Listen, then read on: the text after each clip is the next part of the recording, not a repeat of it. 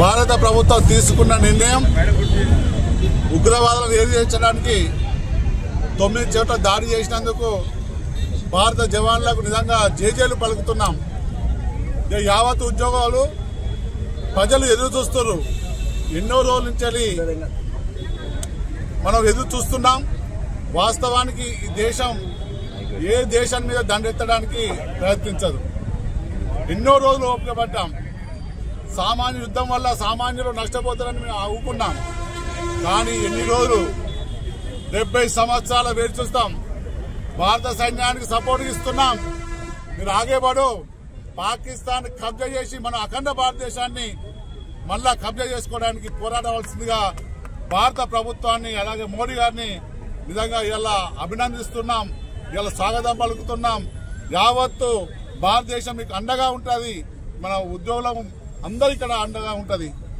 బడల్లో సైనికుడా భారత్కు రక్షకుడా ఉగ్రవాదులను ఏరివేస్తివా ఓ సైనికుడా భారత్కు రక్షనుంటివా బడలో సైనికుడా భారత్కు రక్షకుడా ఉగ్రవాదులను ఏరివేస్తివా ఓ సైనికుడా దేశానికి ధైర్యాన్నిస్తివా నిన్ను కన్న నీ తల్లికి వందనాలులే నిన్ను కన్న నీ తల్లికి వందనాలులే జై జవాన్ నీకు సలాములే జై జవాన్ నీకు సలాములే జై భారత్ మాతాకి. రాష్ట్ర అధ్యక్షులు జగదీశ్వర గారి నాయకత్వంలో హైదరాబాద్ సిటీ హైదరాబాద్ జిల్లా సంయుక్తంగా ఈరోజు అందరం ఉద్యోగులను కూడా అమరవీరుల సాక్షిగా భారత ప్రధానమంత్రి మోదీ గారు తీసుకున్న నిర్ణయాన్ని మరి మేమందరం కూడా సమర్థించుకుంటూ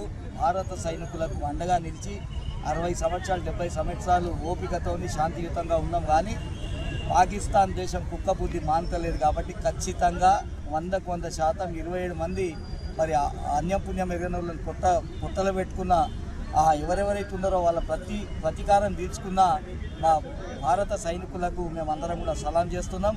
తెలంగాణ ఎన్జిఓస్ రాష్ట్ర అధ్యక్షుడు ప్రకటించేటు భారతదేశం ప్రధానమంత్రి గారు ఏ నిర్ణయం తీసుకున్నా మొత్తం ఉద్యోగలోకం వారు ఎంబడి ఉంటుందని తెలంగాణ ఎన్జిఓస్ నిరంతరంగా ఇటు తెలంగాణ రాష్ట్రం ఇటు అమరవీరుల స్ఫూర్తిగా మరి దేశం కోసం మేము ఇప్పటివరకే రక్తం ఇచ్చినాం. రేపు ప్రాణాలు ఇయ్యడానికి కూడా మహిళలతో సహా సిద్ధమైంది. ఈరోజు అన్న మేము కూడా ఒకవేళ అవకాశం వస్తే బయటకు వస్తాం, బార్డర్కి వస్తామంటున్నారు. కాబట్టి భారత సైనికులకి ఏది కావాలన్నా జగదీశ్వర గారి నాయకత్వం నిలబడి మేము సాయం సహకారం అందించేందుకు సిద్ధంగా ఉన్నాం. గౌరవ ముఖ్యమంత్రి రేవంత్ రెడ్డి గారు కూడా ఈరోజు ర్యాలీని తీస్తూ ఉన్నారు.